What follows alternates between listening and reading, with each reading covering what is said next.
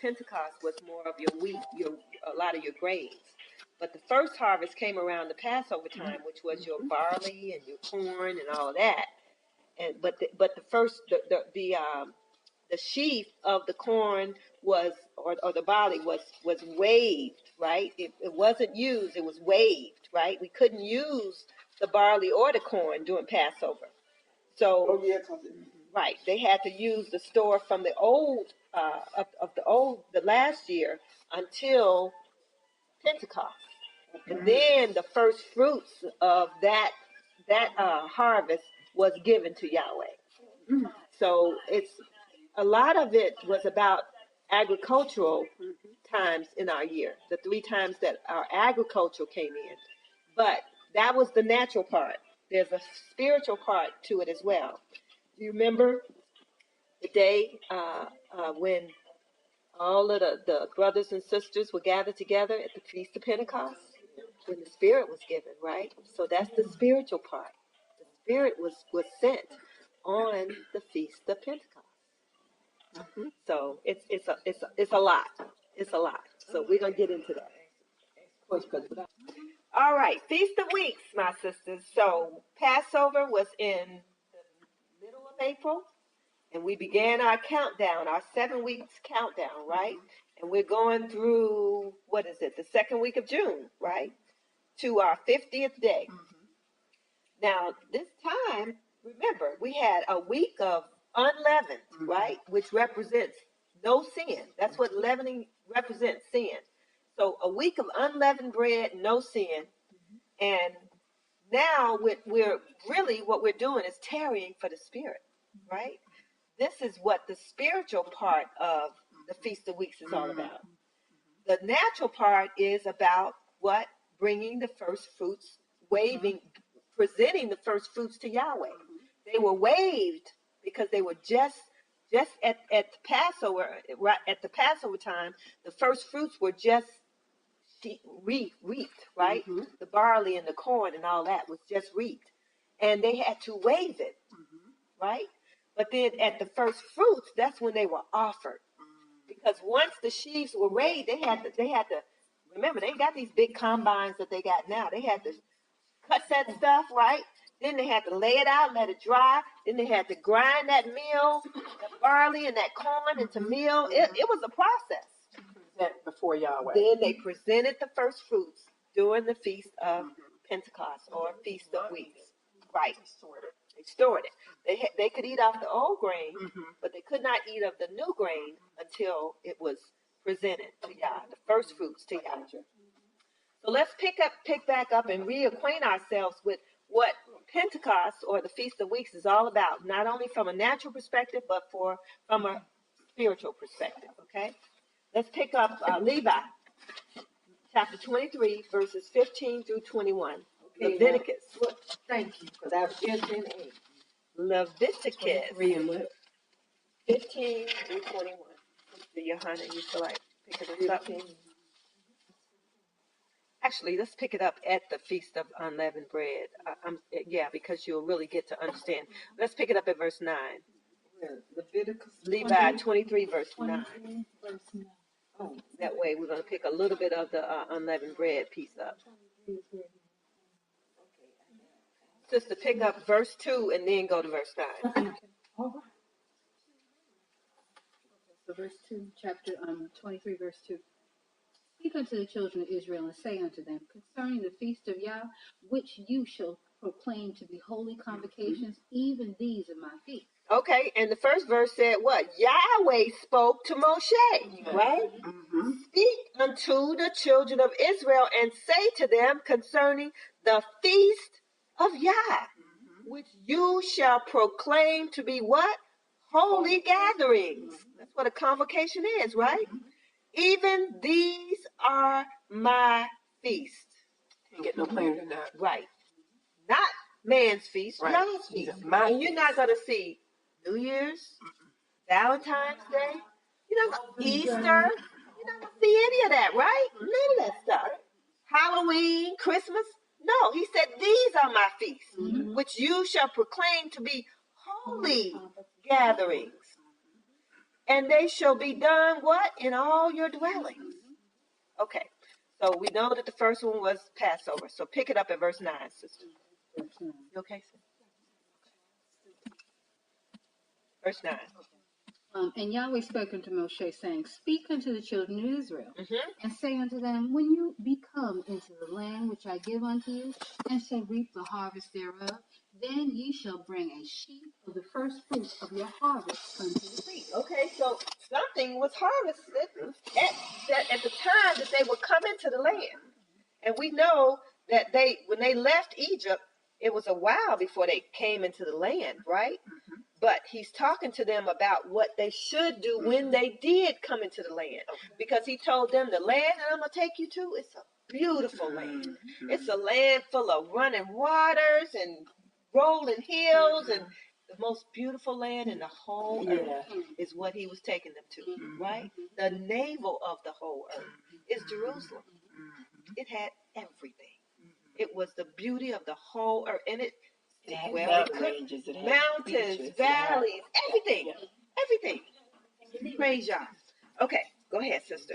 And he told him, he said, you at that time, you want to just what? You're going to bring a sheaf of the first fruits of your harvest to the priest. Mm-hmm. And let's see what the priest is going to do with that sheaf. Okay, verse 11. Okay, verse 11. And he shall wave the sheaf before Yah, to be accepted for you on the morrow after the Sabbath. The priest shall wave it. Praise Yah. Okay, so Passover is not a Sabbath. It's a holy convocation, but it's not a Sabbath. Right. Mm-hmm. Feast of Unleavened Bread, the day after Passover, is the Sabbath that it's talking about right here. Mm-hmm. And it says, on the day after the Sabbath, the priest shall what? Wave that.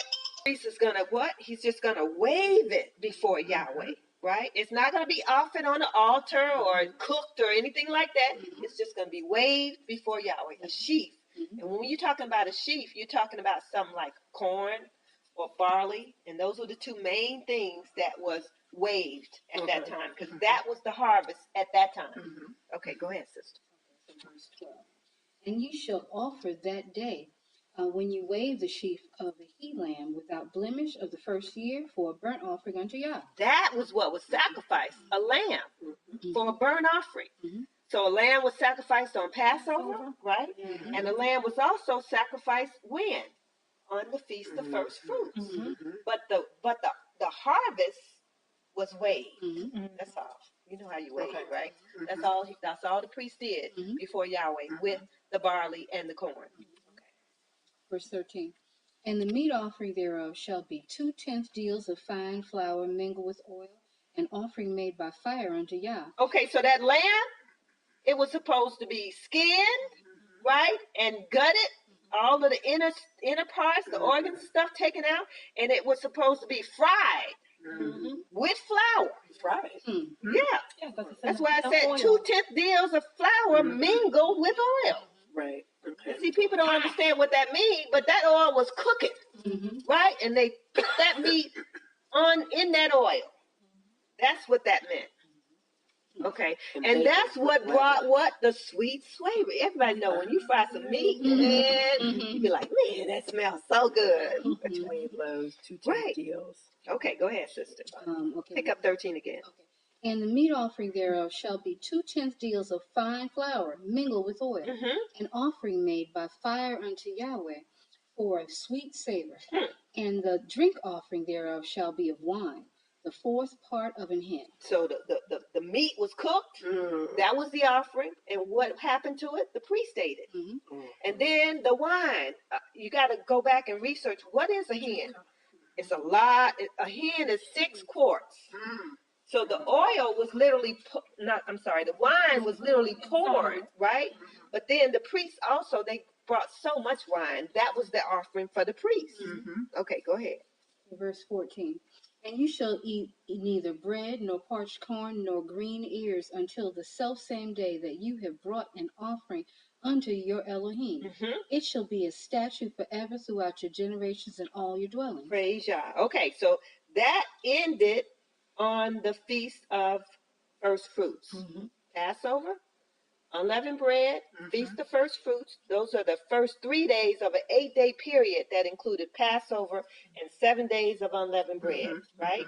Nothing with leaven could be eaten those whole 8 days.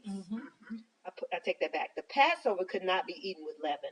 But then the next day, which was Feast of Unleavened Bread, you had 7 days that nothing with leavening could be found in any of your home, right? Nothing. Okay. Pick it up at verse 15, sister.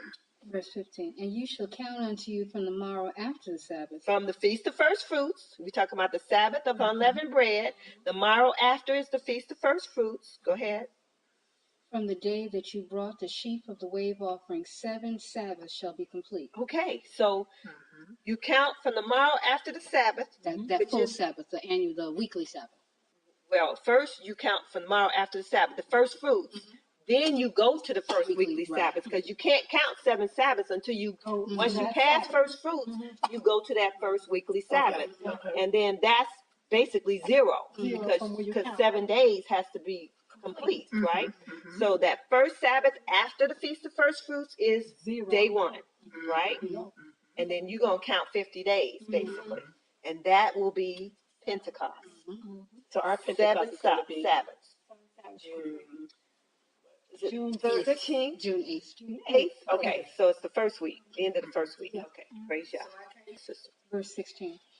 Even the morrow after the 7th Sabbath shall you number 50 days, and you shall offer a new meat offering unto Yahweh. Okay,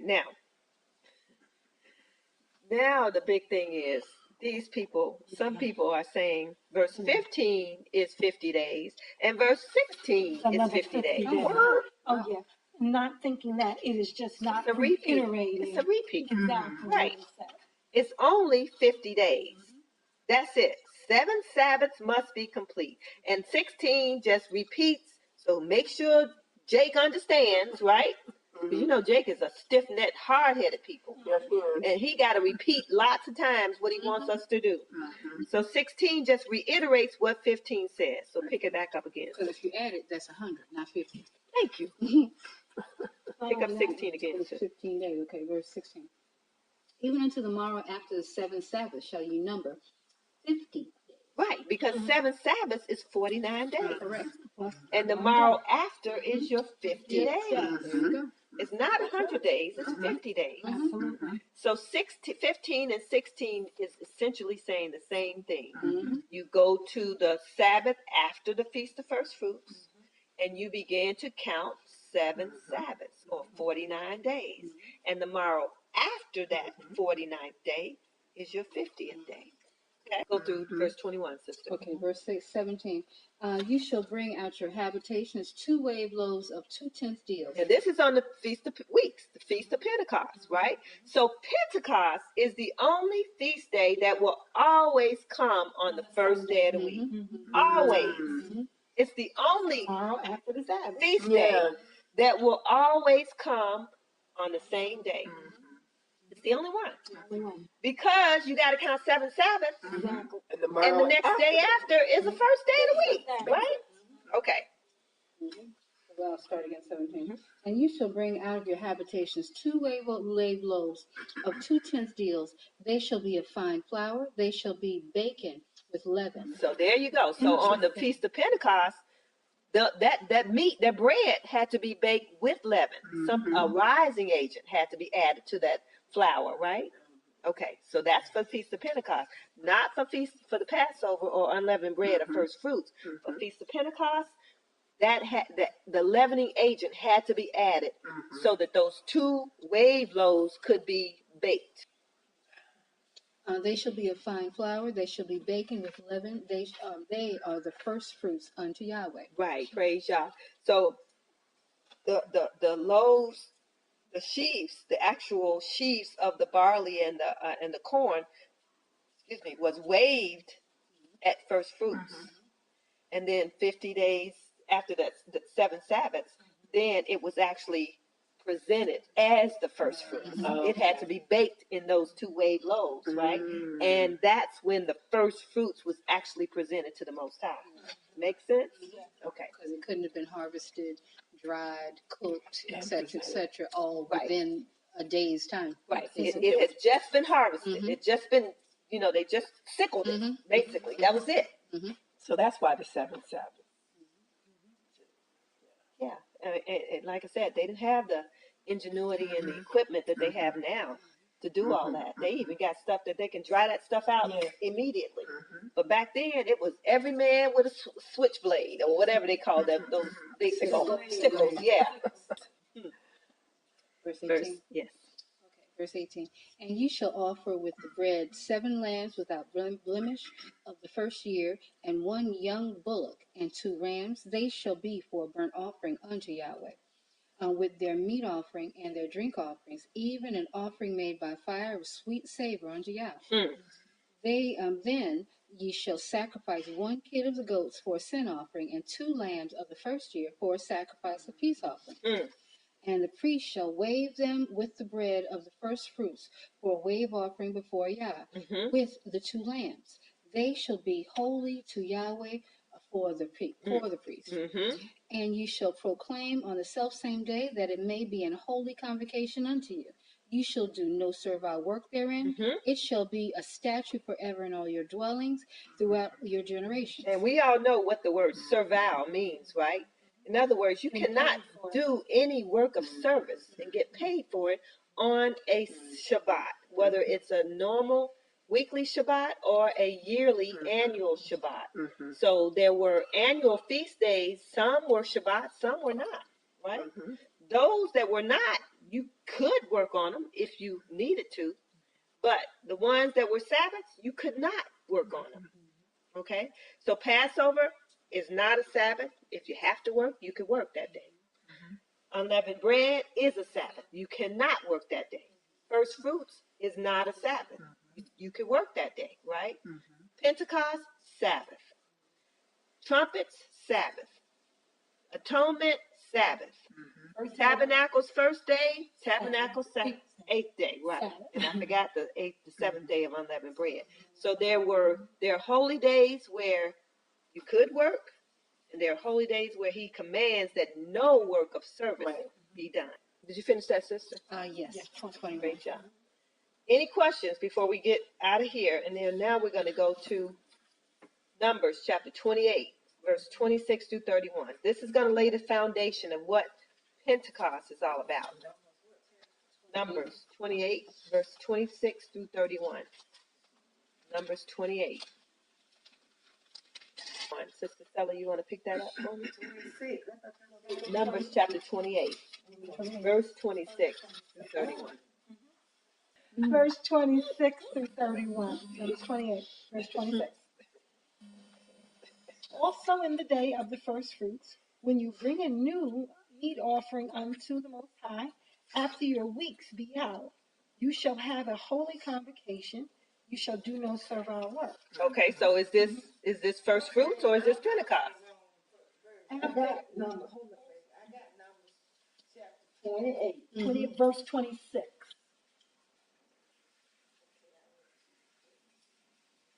Just take to the step. Verse 26. I'll read it again. Okay. Yep.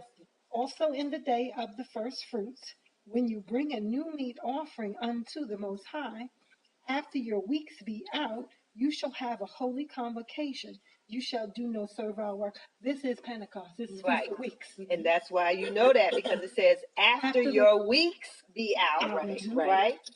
And if you read through the earlier verses, verse 25 says, and on the 7th day you shall have a holy convocation. So you know it's talking about the Feast of Unleavened Bread.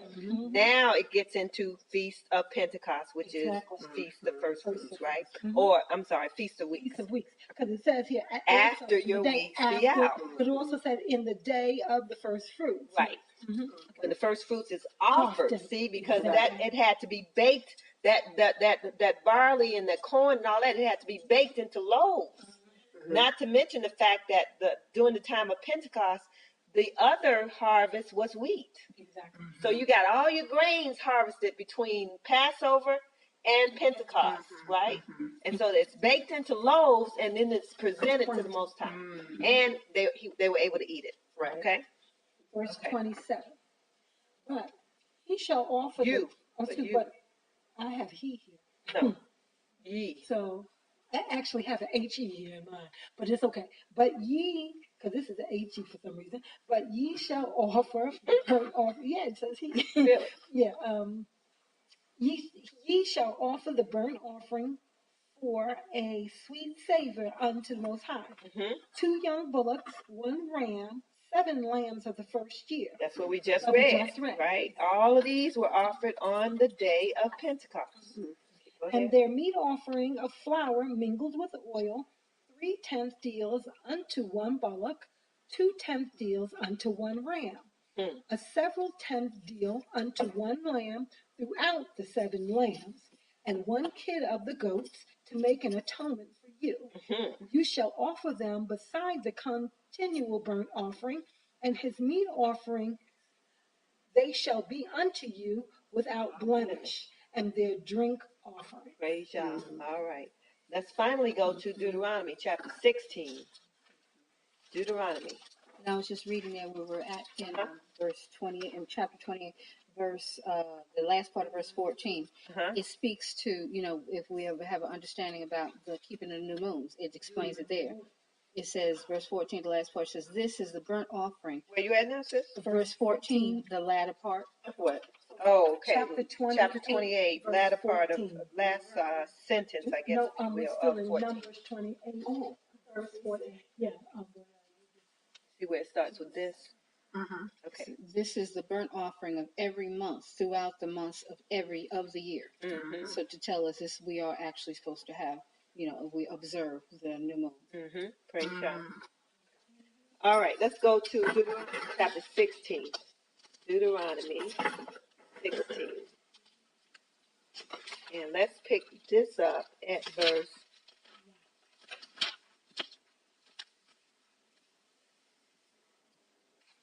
Sister Stella, pick it up. No, let's pick it up at verse 8, rather. Deuteronomy 16, verse 8. Okay, Deuteronomy 16, verse 8. So you want to go to Tell you 12? what, pick it up at verse 6. We're going to pick it up at the Passover. 16 and 6 to 6. 12? Yes. All right. Deuteronomy chapter 16, verse 6. Go through 12. But at the place which Yahweh thy Elohim shall choose to place his name in, there you shall sacrifice the Passover at even, at the going down of the sun, at the season that you came forth out of Egypt. Bingo. Hello. At the evening. The season has everything to do with it, at right? the season Right. that you came forth out of Egypt. Sounds like the spring to me. What do you Same think? season, not two Yeah. seasons. No, it's the Right. season. The same The season. same season. So Right. you can't leave Not the out winter of Egypt season. Or in the winter and then then do come something else in the Passover spring. in the spring. They both have to be the same Right. season, Right. which is spring. Which is crazy because the folks that look for the barley can't be ripened and harvested until the spring. Yeah. So why are you looking at the barley instead of looking at the season? 7. And thou shalt roast and eat it in the place which Yahweh your Elohim shall choose, and you shall turn in the morning and go out unto thy tents. 6 days thou shalt eat unleavened bread, and on the 7th day shall be a solemn assembly to the Most High your Elohim. You shall do no work therein. Praise God. There are 2 solemn assemblies in the year. The 7th day of unleavened bread and the 8th day of tabernacles. Those are your solemn assemblies. The 7th day of unleavened bread and the 8th Right. day. Absolutely. If I could just back up for a minute, because Absolutely. I remember last year there was so much talk about the barley and and stuff like that. But, this says at the season. Right. So, the Most High, he recognized season. Well, this whole thing, it says, you shall sacrifice the Passover at even, at the going down of the sun, right? A new day began at the going. These are all things that man cannot touch. Right. And they cannot control, right? Right. At evening, Exactly. when the sun goes down. At even. right? The going down, and Can he you even stop the explained sun it. from going down? Right. There's only been a couple of men in the whole Bible that stopped the sun from going down, but it Right. wasn't him. It wasn't Right. him. He It was the Most High. High that Right. commanded that angel because he listened to the request of that man, Yahshua being one, Right. right? Remember when he stopped the sun Yeah. from going down so they could finish killing off them heathens, Exactly. right? So Yahweh command, it's a circuit, it's a season thing, right? Mhm. The whole year is about the stars and the constellations. We can't control that. Right. So it's just a blessing that Yahweh put it in this sister's heart to do the research that was needed for us to realize that we don't have nothing to do with selecting when the year begins. Right. We don't have nothing to do with that. Yeah. Praise Yah, hallelujah. So he makes it very clear at the times that we should do these things. The sacrifice had to happen in the evening at the going down of the sun in the season that we came out of Egypt. We know that was the spring. We know that was the You spring, know it. right? If you don't know, we're going to go back and read it. We're going to go back and read it and see that it was the spring. Mhm. 'Cause he What we said, call April. This is the beginning of your month. Right. He said it. Mhm. Verse 9. And when we get back into the death of Yahshua, they kept the Passover at even at the going down of the sun, They did. Right. right? Yeah. Right. Now, he still died on Passover, but Yahshua said, with desire have I wanted to eat this Passover with you before I die, right? He kept the Passover before he died on Passover. He said, I won't Yeah. drink this cup with you until. I will That's no right. longer do this, Exactly. right? Right. Hallelujah. Yeah. So he did what was commanded. We reading the law right here, y'all. Okay. Yeah. He did what was Unblemished commanded. lamb. Exactly. Therefore, he had to. Exactly. Absolutely. Praise y'all. Who could? Verse 9. 7 weeks shall you number unto you. Begin to number the 7 weeks from such time as you begin to put the sickle to the corn. Begin To put to the number the 7 weeks from such time as you what? Put the sickle to the corn. So the corn and the barley together was ready to be at harvested the same time. during the time of the Passover. Mhm. That's why they were able to present it and wave it to the Most High. And that's why They were not able to cook with it Right. or eat because it had not gone through the processing yet. Right. Right? You couldn't just cut it just down. had to Today wave they it. can't just cut it down and you eat it. Yeah. It Yeah. goes through a process. You Yeah. got to dry it out. Yeah. You got to make it into fine flour. Mhm. That takes time. Mhm. So all that was done at the Passover time was sheaf it, was sickle it. sickle. Yeah. Right? Put it in the storehouse That's right. and just wait it on the threshing floor for it to be winnowed. Okay. Right. Right. Verse 10. So this verse, let me read this again. 7 weeks shall you number unto you. That's that 49 days, right? Right.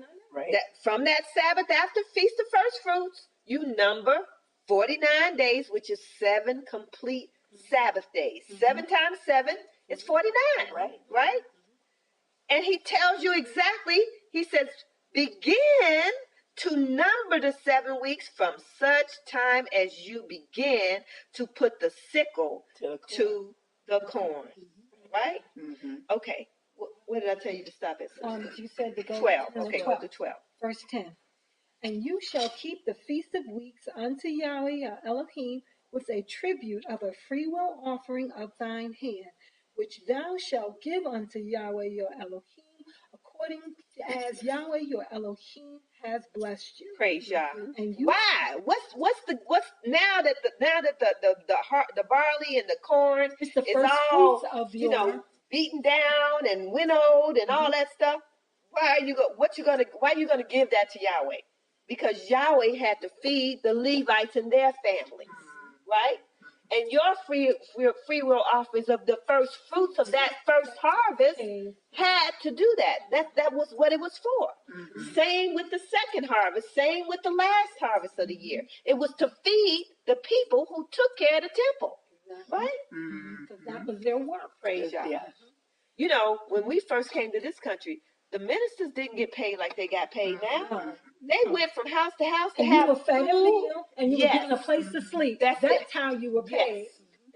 All right, Sister 11, Verse verse 11. 11.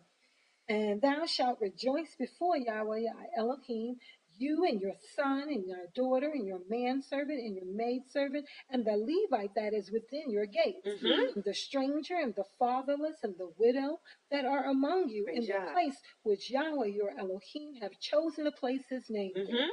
And you shall remember that you was a bondman in Egypt, and you shall observe and do these statutes. Praise Yah. That's as far as I wanted you to go, sister. Hallelujah. And it's just a wonderful thing. Now let's go and pick up the book of Ruth, because this talks about the fact that barley and corn was being harvested At the same during time. the time of that first spring season. Ruth is before, Joshua. after Chronicles and Kings, right? Ruth is. It's after Joshua. It's after Joshua. Okay. It's not It's after after Joshua. Judges. After Judges, I think. Okay, yeah. So After you got Judges. Deuteronomy, then you got Joshua, then you got Judges, then you got Ruth. After Judges.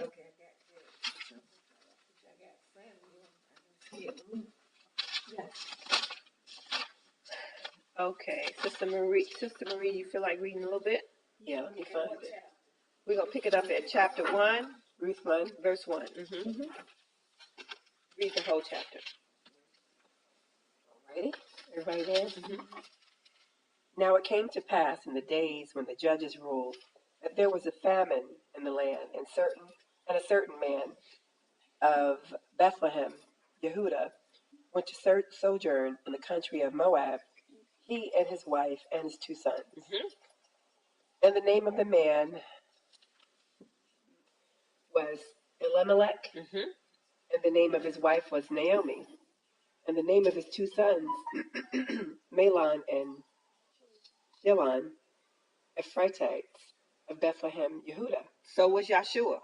He was an Ephrathite of Bethlehem, Bethlehem, Yehuda.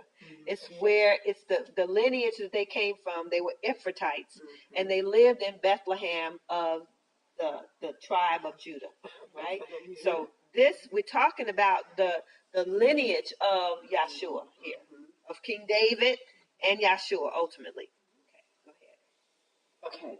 And they came into the country of Moab and continued there. And Elimelech, Naomi. So there was famine in Yehuda, in Bethlehem. Okay. So they left and went into the country of Moab. Y'all remember who Moab was, right? Moab was the son of Lot, who was Abraham's nephew. Right? So these were Hebrews, but they were not Israelites. They were Hebrews, not Israelites. Okay? Can I go back to the Ephrathite part? Yeah.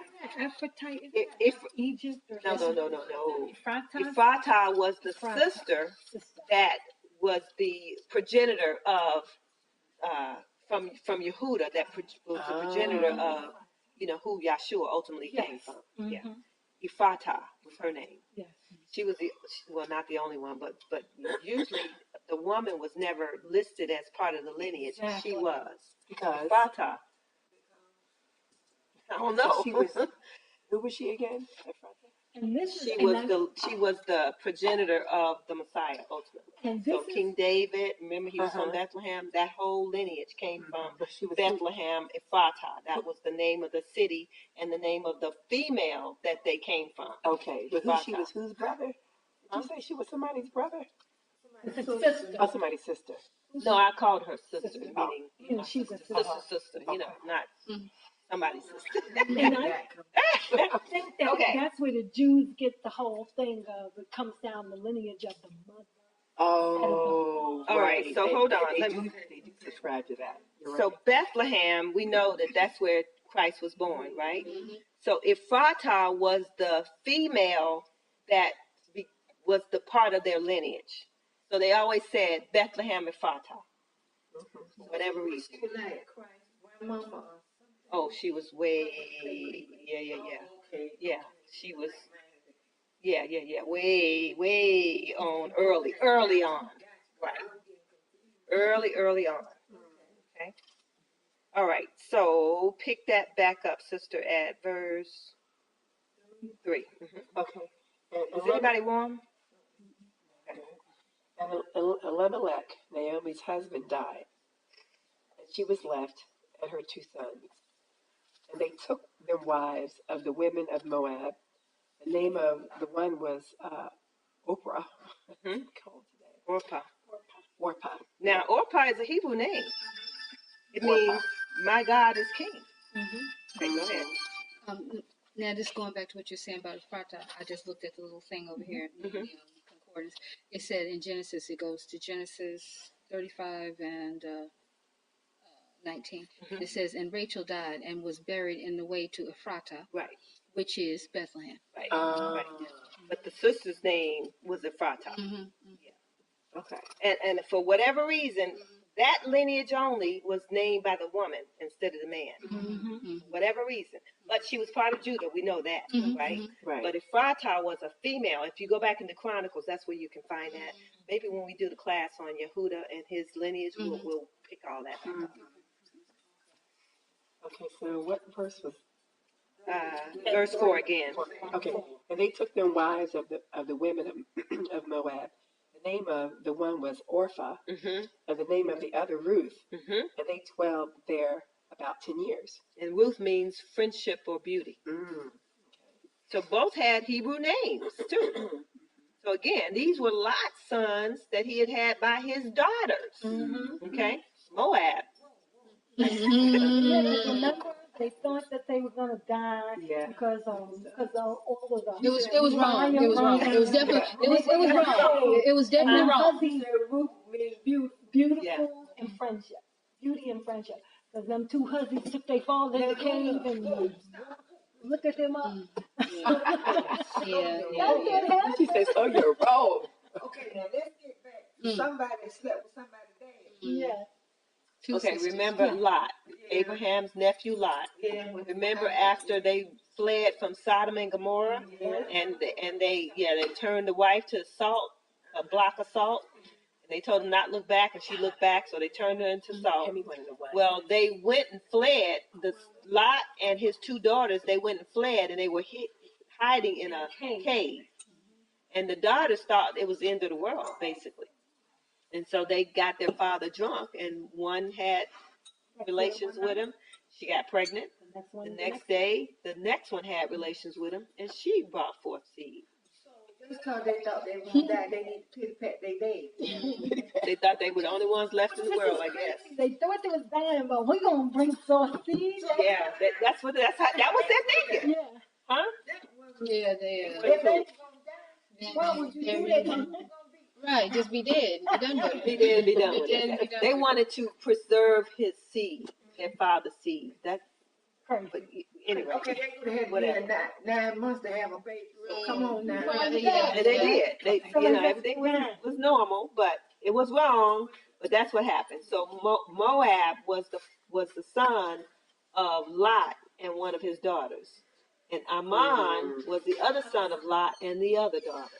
Moab and Ammon. You hear that all the time in the scriptures. Sure do. So because they were sons of Lot, they were Hebrews, but they were not Israelites.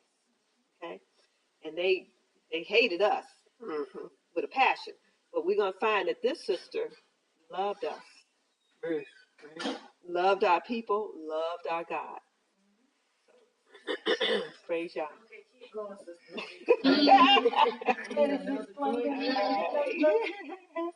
Pick it up at verse 5. Okay. And Mahlon and Chilion died also, both of them. Mhm. And the woman was left of her 2 sons and her husband. Naomi was left. She went in whole into Moab's land with her husband, her 2 sons. They took wives, and she ended up losing all the men, right? Her husband and her 2 sons. Verse 6. Okay. Then she arose with her daughters-in-law, that she might return from the country of Moab. For she had heard in the country of Moab how that Yahweh had visited his people in giving them bread. Wherefore she went forth out of the place where she was, and her 2 daughters-in-law with her. And they went on the way to return to the land of Judah. And Naomi said unto her 2 daughters-in-law, Go up, return, each to her mother's house. Yahweh deal, Yahweh deal kindly with you, as you have dealt, with the dead and with me. Mm-hmm. Yahweh grant Yahweh grant you that you no Yahweh grant you that ye may find rest, each of you in the house of her husband. Mm-hmm. Then she kissed them, and they lifted up rather their voice and wept. Mm-hmm. And they said unto her, Surely we will return with thee unto thy people. And Naomi said, Turn again, my daughters. Why will you go with me? Are there yet any more sons in my womb, that they may be your husbands? Now, why did she say that? Because of the tradition that if one of the sons died, you then marry the brother and have seed for the dead son. At least the first At one. least the first one. Right. But you Right. continue the lineage of the family. Exactly. So that's why she said, are there any more sons in my womb that you're going to Be able to marry? Right? Would you even wait until they're grown to marry? Because you'd be too old. Yeah. Right, right. They already had been given, dispensation to move on because their husbands had died. Their husbands had died and she was old. And She could not have any more children. And even if she did, they wouldn't wait for them to be grown in order to marry them. And they were still at a marriageable age where they could marry a husband and have children. Yeah, and that made all the sense in the world. Right. Because till death do you part, right? So they were eligible to remarry because their husbands were dead, right? Mm-hmm. Verse 12. Okay. Turn again, my daughters. Go your way, for I am too old to have an husband. If I should say, I have hope, if I should have an husband also tonight, and should also bear sons. I didn't understand what I just read. Yeah, she's saying, if I should marry now and I bear a son, are you going to wait for him to grow up? Is what she's saying. Okay, right. Okay. Would you tarry for them until they were grown, what you just said? Mm-hmm. Would you stay for them?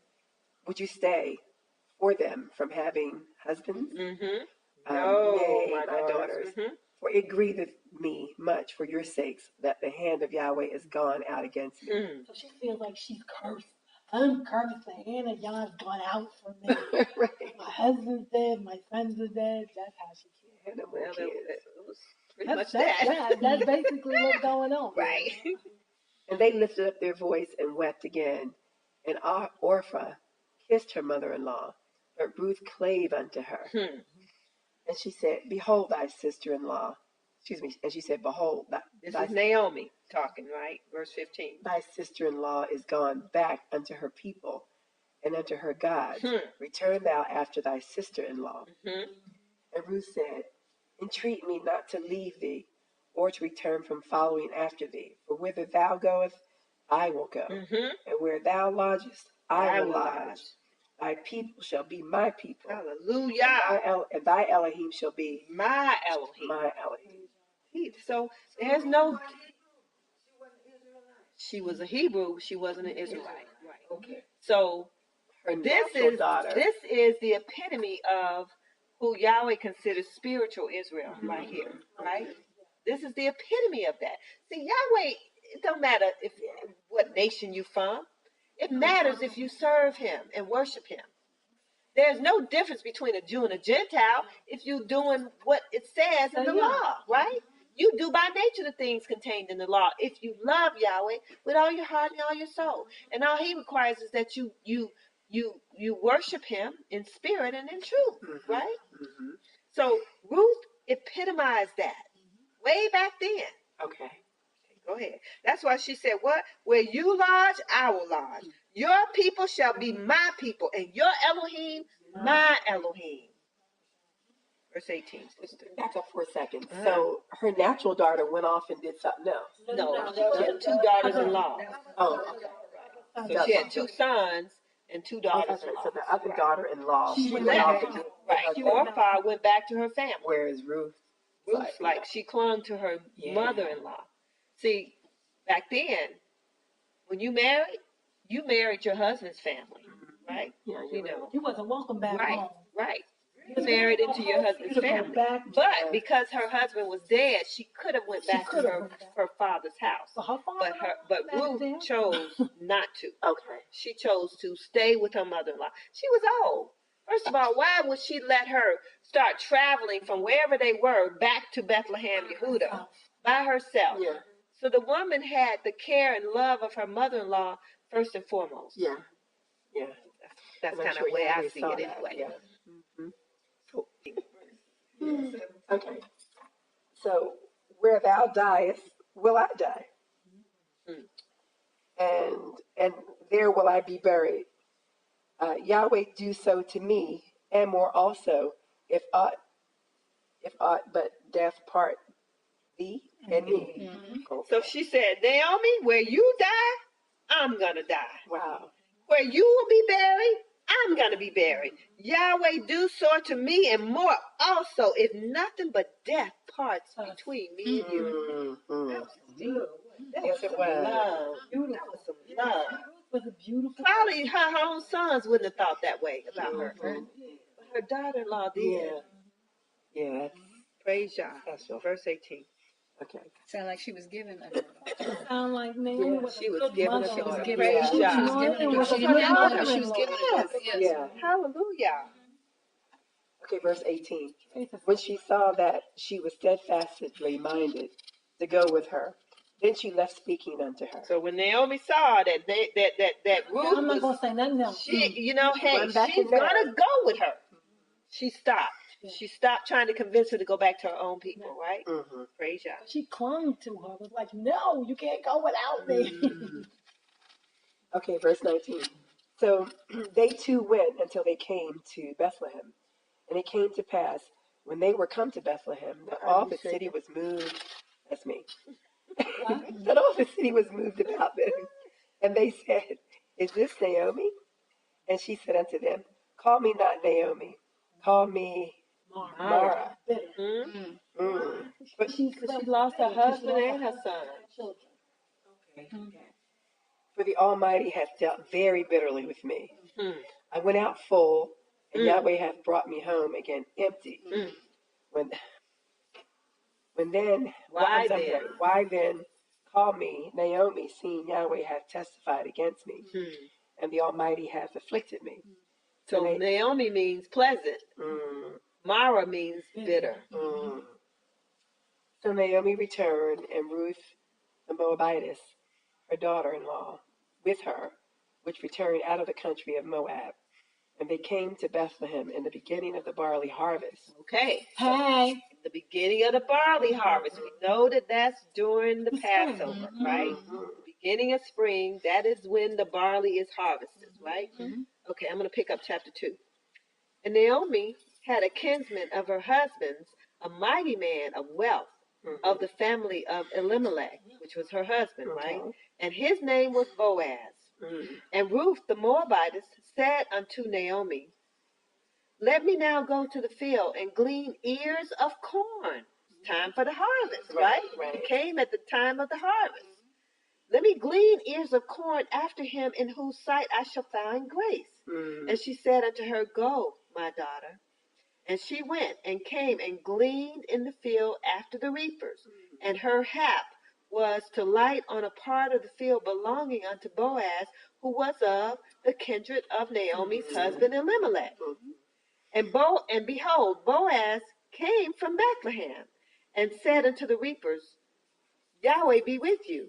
And they answered him, Yahweh bless you. Then said Boaz unto his servant that was set over the reapers, Whose damsel is this? And the servant that was set over the reapers answered and said, It is the Moabitess damsel that came back with Naomi out of the country of Moab. And she said, I pray you, let me glean and gather after the reapers among the sheaves. So she came and hath continued even from the morning until now, that she tarried a little in the house. Then said Boaz unto Ruth, Heareth you not, my daughter? Go not to glean in another field. He said, Listen to me, my daughter. Don't go to another field to glean, neither go from here, but abide here fast by my maiden. Let your eyes be on the field that they do reap, and go you after them. Have I not charged the young men that they should not touch you? And when you are athirst, go into the vessels and drink of that which the young men have drawn. Then she fell on her face and bowed herself to the ground and said unto him, Why have I found grace in your eyes, that you should take knowledge of me, seeing I am a Moabitess? Mhm. And Boaz answered and said unto her, It has fully been showed me all that you have done unto your mother-in-law since the death of her husband, and how you have left your father and your mother and the land of your nativity, and are come unto a people which you knew not heretofore. And Yahweh recompense your work, and a full reward be given you of Yahweh Elohim of Israel, under whose wings you come to trust. Hallelujah. Beautiful. I mean, seriously. Beautiful. And it's Praise lovely Yah. how you talk about being under the wings, like Moses talks about it himself. Exactly. How like like a hen has her chicks under his wings. Exactly. Absolutely. But this is why he says, be careful to entertain strangers, right? Yeah. Because you don't know. You don't know. Yeah. And when we look back on all of the different milestones our people have gone through, even just in this country, it's been strangers that has helped us. Absolutely. The We were just Underground talking about Railroad was that. all about strangers, About right? Quakers and Yeah, giving place for these people to stay as they went through this thing. right. The abolitionists, they weren't black people, they were white people, Yeah. right? So there's always been the stranger who clung to Israel and helped Israel. And some of them were so staunch. Like, Yeah, look at John Brown, yeah. right? Look at John Brown. So praise Yah. Yeah. Our people have it again. It's not about race. It's about your heart. Yeah, It's about yeah. do you love Yahweh enough to do what He says? Then we won. That's beautiful. That's the way it's got to be even to this day. Yeah. So we can't blindly. Naomi means what? Naomi Means pleasant, pleasant. and Mara means bitter. But she's like, don't call me Naomi. I ain't pleasant no more. I'm a little pissed off right about now. Yahweh He's dealt harshly with me. Praise Yah. All right, let's see. Where are we? We are at. So he tells her, You're at favor in your sight. verse 12. Yes. 12? Okay. Am I reading? Yeah, you read it. Okay. Verse 12. Yahweh recompense your work, and a full reward be given you of Yahweh, the Elohim of Israel, under whose wings you are come to trust. Then she said, Let me find favor in your sight, my Adonai, for that you have comforted me, and for that you have spoken friendly unto your handmaid, though I be not like unto one of your handmaidens. And Boaz said unto her at mealtime, Come you here, and eat of your bread, and dip your morsel in the vinegar. And she sat beside the reapers, and he reached her parched corn, and she did eat, and was sufficed, and left. And when she was risen up to glean, Boaz commanded his young men, saying, Let her glean, even among the sheaves, and reproach her not. That's why I was telling you, it wasn't about... No. Oh, no, also, to further, it talks about don't touch. Right. It was the fact that she was able to freely get as much as she wanted. As a matter of fact, he gave her even more than what she could glean of her own. Right. As well. Verse 16. And this is him, Boaz, talking to his reapers, right? He said, and let fall also some of the handfuls on purpose for her, and leave them, that she may glean them, and rebuke her not.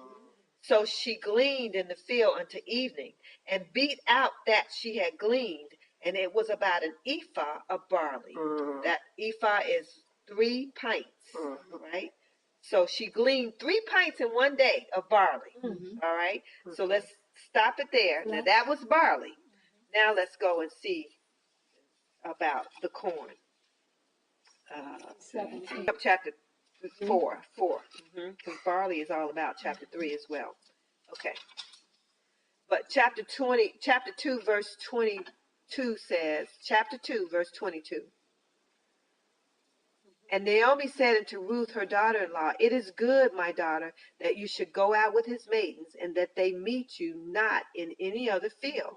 So she kept fast by the maidens of Boaz to glean unto the end of barley harvest and of wheat harvest, and dwelt with her mother-in-law. And wheat So harvest, this we know, is during the during Pentecost Pentecost. time. Right. That was during more, so that had to be during the 50-day time. So she was with them during that time, that 7 weeks. Right. Exactly. Mm. Chapter 3, verse 1. Then Naomi, her mother-in-law, said unto her, My daughter, shall I not seek rest for you, that it may be well with you? And now is not Boaz of our kinsmen, with whose maidens you were? Behold, he winnoweth barley tonight in the threshing floor. So that lets you know it's a lot of work to be done once they sickled the barley, right? Okay.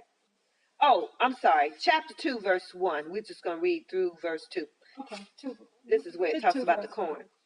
It says 2 and 1. Okay. And Naomi had a kinsman of her husband's, a mighty man of wealth of the family of Elimelech, and his name was Boaz. And Ruth the Moabitess said unto Naomi, Let me go now to the field and glean ears of corn. So it was both corn and barley that was being harvested at the time of the spring season, at the Passover time, right? Okay. All right. So then as it gets into that seven week period, they're winnowing and they're beating it and all this stuff, right? Okay, chapter 3, verse 1 again. Everybody there? Verse 2. And now is not Boaz of our kindred, with whose maidens you were? Behold, he winnoweth barley tonight in the threshing floor. Wash yourself, therefore, and anoint you, and put your raiment upon you, and get you down to the floor. But make not yourself known unto the man until he shall have done eating and drinking. Nice and done.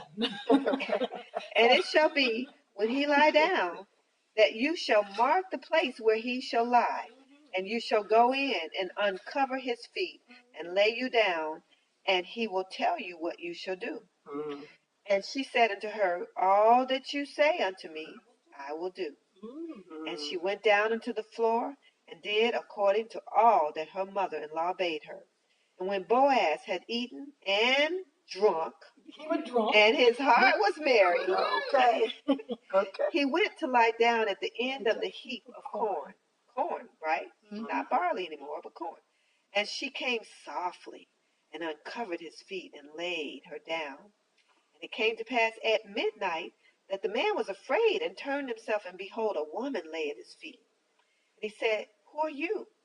And she said, and she answered, I am Ruth, your handmaid. Spread therefore your skirt over your handmaid, for you are a near kinsman. And he said, y'all know what spread your skirt means, you know, that put your cover over me, come on, lay with me, right? Let's be married. Right. Oh, spread your skirt. That's Yeah. right. That's what she Verse said. 10. Throw your cover over me. Right. Verse 10. And he said, Blessed be you of Yahweh, my daughter, for you have showed more kindness in the latter end than at the beginning, inasmuch as you follow not young men, whether rich, poor, or rich, because he wasn't no young man. He was an He was older man. And now, my daughter, fear not. I will do to you all that you require, for all the city of my people do know that you are a virtuous woman. And now it is true that I am your near kinsman, although there is a kinsman nearer than I. Stay this night, and it shall be in the morning that if that kinsman will perform unto you the part of the kinsman, well, let him do the kinsman part.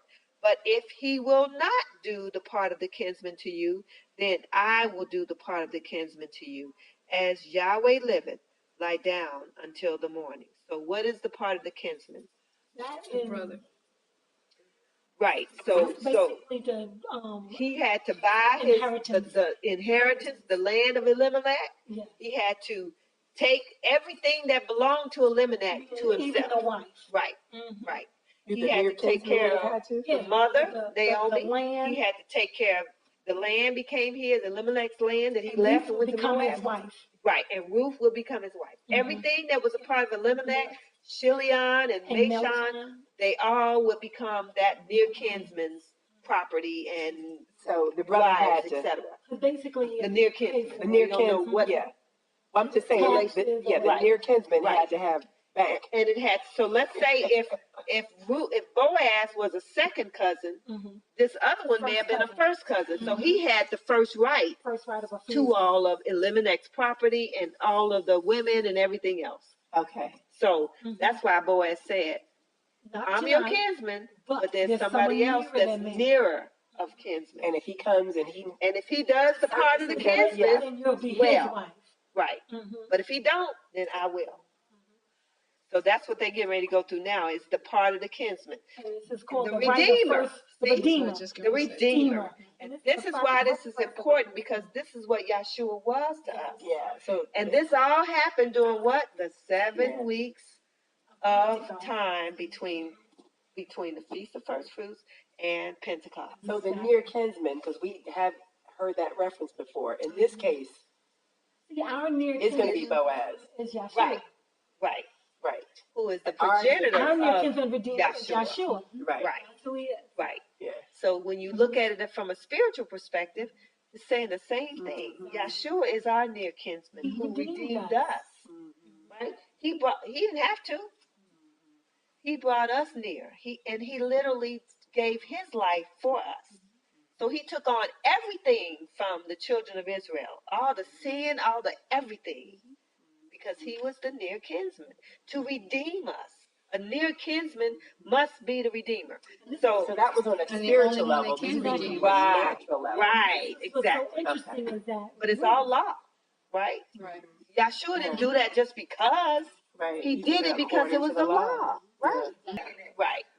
And if you're trying to Sense of understand it all, exactly. Yeah. Right. Right. Mm-hmm. So when you think about it like this, our people, we inherited land, right? We inherited land and everything that went with that land, which is the animals, the wives, the children, On the everything, land, everything. servants, right? Everything that went with the inheritance was theirs. So because the father was dead and the sons were dead, the Naomi and her daughter-in-law still had that land, but they had to have a male to become the heir of the property of her husband, right?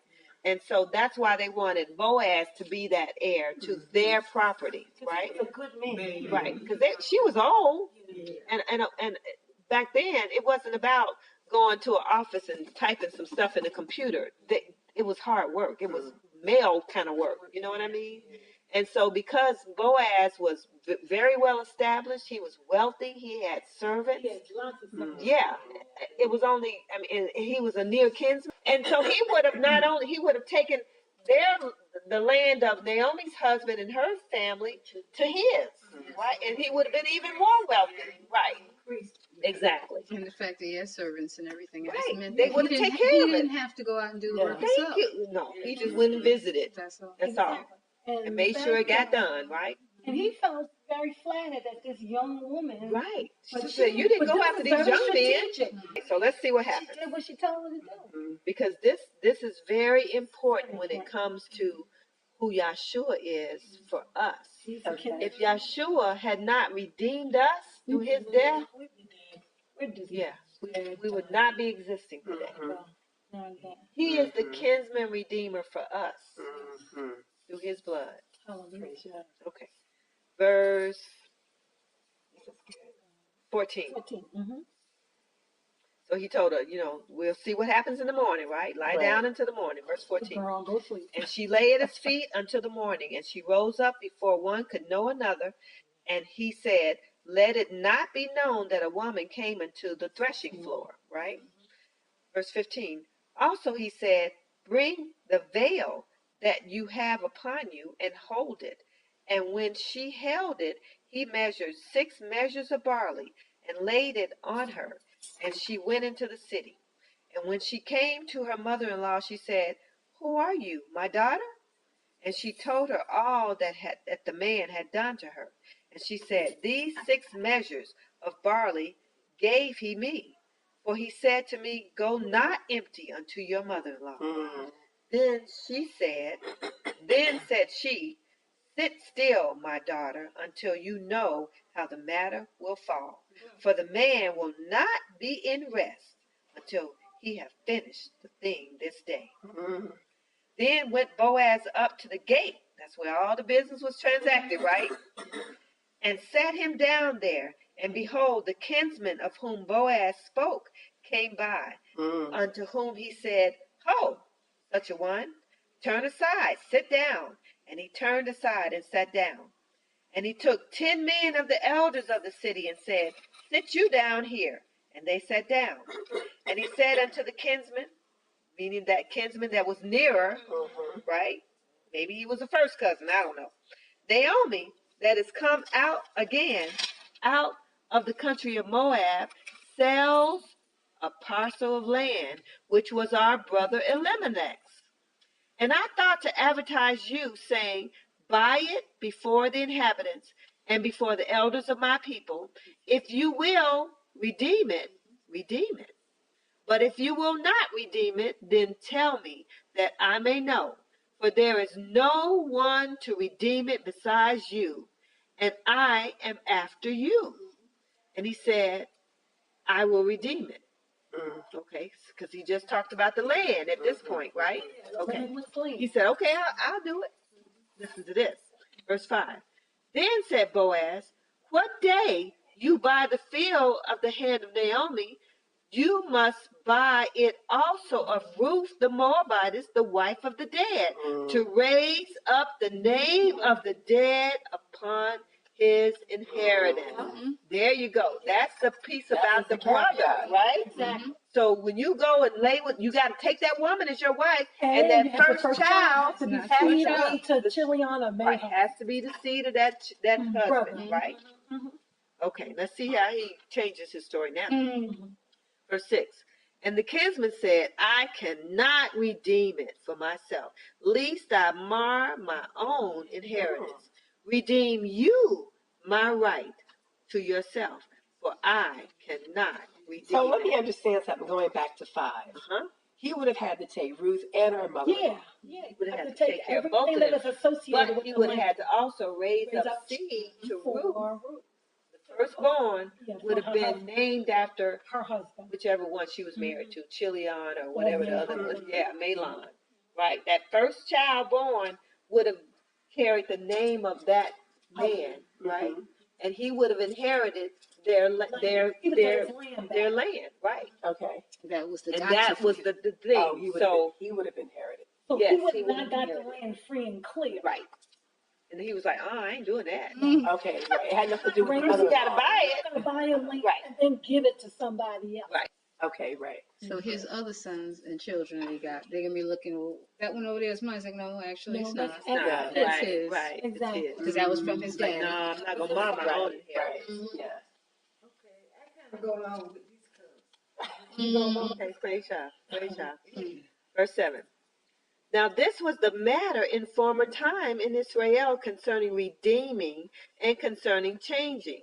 For to confirm all things, a man plucked off his shoe and gave it to his neighbor, and this was a testimony in Israel. Therefore, that kinsman said unto Boaz, buy it for you. So he drew off his shoe. It was a done deal. It was sealed. All you had to do was take off your shoe and give it to the person. It was it was signed, sealed, and delivered. So his previous sons, that was the rub there. Yeah. Even though that other seed would have been his seed. Right. Yeah. But he didn't want the inheritance to go back to Elimelech's son. Oh, okay. Right, exactly. See, he had to purchase it from Naomi. Yeah. But then the minute Still he go took back. Ruth as his wife and she had a child, It would go it back. went back to that child. So that's why you say you would kind of agree with that. You know something? This is so interesting because in today's world, this is called the right of the reverter. Yeah. And this is also Right of the reversal? the right of the reverter. Reverter. Basically what happens, because Boaz, his name, or the other first cousin, had the right of first refusal. So the right of first refusal to decide whether he was The going to nearest take the kinsman. lamb or not. Right. Okay. So he refused. Boaz then got it. But once Boaz has a child with Ruth, the first one, that's going to be Naomi's grandchild. And therefore, The owner of the the land. right of reverter goes back to that child. That is And straight you know what real estate happens? law. Okay. Therefore, nobody in Israel will be without an inheritance. Exactly. That's what this whole thing was about. Right. Check us out as a people. Are we without We an have inheritance right now? nothing. Right now we Yeah. are. No. But that doesn't mean that forever we will No. be without an inheritance, because Yahshua's blood sealed our redemption, Okay. right? And we're going to go back to our inheritance, which is our entire land of Israel. So this is what this is all about. He was a near kinsman to redeem Israel back to Yahweh. That's what this is all about. With the first Why? He Which one? refused. Boaz? That he, no, the cousin who Oh, the refused cousin. to- Well, you know, it was a better deal for Boaz, not only because he already liked Because he her, wanted to but marry Ruth, Ruth. but it was also because he had more money. Yeah, So he was right. therefore, It wasn't his fair for him. previous sons had plenty Plenty of of land, land. Yeah. whereas He him was giving mine. up this land wasn't going to be an issue. And then he Obviously, got a his younger beautiful dude young wife. was going to be an issue because he, like you Right. said, he didn't want to mar Right. his Exactly. inheritance for his children. See, And he was willing, if it was all about just the land, Exactly. he would have bought the land. but because Right. he But had because to he give would it back to also someone, came with excess Oh, yeah. baggage. Oh, That's yeah. what he didn't want to deal with. Right. Yeah, And that's see, what he didn't want to Boaz deal had with. no But see, problem with the that. law is the law. You can't take Well, a not piece only of that- it and not take all the rest. Now, You got to this is take what's so all of beautiful it. about it is that Boaz is like Yahshua.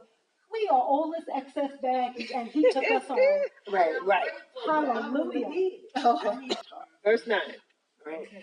And Boaz said unto the elders and unto all the people, you are witnesses this day that I have bought all that was Elimelech's and all that was Chilion's and Mahlon's of the hand of Naomi. Moreover, Ruth the Moabitess, the wife of Mahlon, have I purchased to be my wife, to raise up the name of the dead upon his inheritance, that the name of the dead be not cut off from among his brethren and from the gate of his place. You are witnesses this day. Beautiful. And all the people that were in the gate and the elders said, we are witnesses. Yahweh, make the woman that is coming to your house like Rachel and like Leah, which two did build the house of Israel. Beautiful. Yes. And do you worthily in Ephratah, and be famous in Bethlehem. And let your house be like the house of Pharez, whom Tamar bore unto Yehudah, of the seed which Yahweh shall give you of this young woman, which is Yahshua, ultimately. Oh, okay. It's Obed is the All right, wait, we gonna read it. We gonna I'm read it. telling you, David. So Boaz took Ruth, and she was his wife. And when he went in unto her, Yahweh gave her conception. Yahweh Hallelujah. gave her There you conception. go. Yeah. Yeah. And she bore a son. And the women said unto Naomi, blessed be Yahweh, which has not left you this day without a kinsman, that his name may be famous in Israel. Because who carries the seed? Man, Right. Yes. the Yes. man. The man carries the seed. She was without a husband and her two sons. Exactly. Right? And her So praise family Yah. had no inheritance. That first child that Ruth had with Boaz was Mahlon. So that's why they said, praise Yahweh, he's not left you without a seed. Amen. Verse 15. Verse 15. And he shall be unto you a restorer of your life and a nourisher of your old age. For your daughter-in-law, which loves you, which is better to you than 7 sons, have borne him. Yes. 7 weeks of 7 Sons. 7 weeks Yes, of there we go. this It's just a again, this whole It's a time, beautiful right? Verse 16. And Naomi took the child and laid it in her bosom and became nurse unto it. And the women, her neighbors, gave it a name, saying, there is a son born to Naomi. And they called his name Obed. He is the father of Jesse, the father of King David. Wow. Now, these are the generations of Perez, which Tamar bore, right, to Yehuda. Perez begat Hezron, and Hezron begat Ram, and Ram begat Amminadab, and Amminadab begat Nahshon, and Nahshon begat Salmon. Salmon begat Boaz, and Boaz begat Obed, and Obed begat Jesse, and Jesse begat David, and David begat Yahshua. The Messiah. Hallelujah. Praise God. Amen. I like this book. That's why that lineage is so important. Okay, we're going to have to stop right here Yeah, because 'cause this this starts a whole nother thing. Next week, we'll start off with going back to the book of Exodus with when our people left Egypt, right? And what we're going to find is they left Egypt during the time of the beginning of spring, right? 14 days for Passover. Passover is when all the firstborn of Egypt died, right? Firstborn males died, right? Unleavened bread, which is when they left Egypt, right? And first fruits, which was when they were what? Redeemed at the Red Sea, right? And then 3 months later, Yahweh At Mount spoke to them face to face. Nobody had ever heard the voice of Yah before, ever. 3 months later. 3 months later. That was 49 days. Pentecost. Right. Okay. Pentecost is when the voice of Yah was heard. What did our people say? We will do it. You say we will Don't let Yahweh speak to us no more. Yeah. You speak to us and we will do it. Right. Because the voice of Yah was Yeah. heard for the first time and the last time in Okay. this earth. I shouldn't say the last time. The last time was when he said, "This is my beloved son. Hear you him." He said, "Hear you him." Mm-hmm. So we'll get into that, and we'll see the importance of this 7 weeks of tarrying for the Spirit. When they left Egypt and they came to Sinai and they heard these great, lofty 10 commandments, right?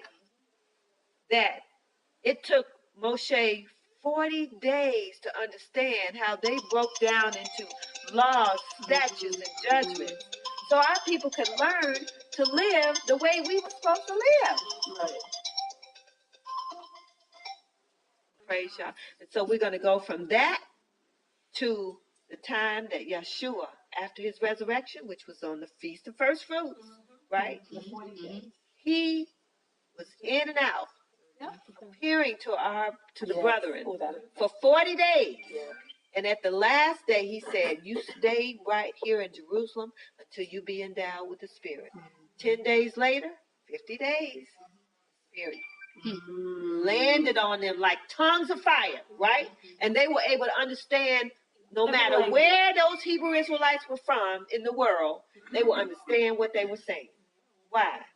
Because the Spirit had been sent to them, which is what he promised, or Yahweh promised them from the beginning. The Spirit. This is what was missing with our people in the beginning. Yeah. He gave it to us in the end. And this is why we should be so thankful that the Spirit of truth has rested upon us. Yes. And what is the Spirit of truth? Every word that proceeds out of the mouth of Yahweh. We're reading it. The words are spirit. The words are truth. There you go. That's the importance of Pentecost. So I'm going to leave it right there. Praise Yah. Hallelujah. We'll pick this back up next week. Thank you all. Thank you for coming tonight.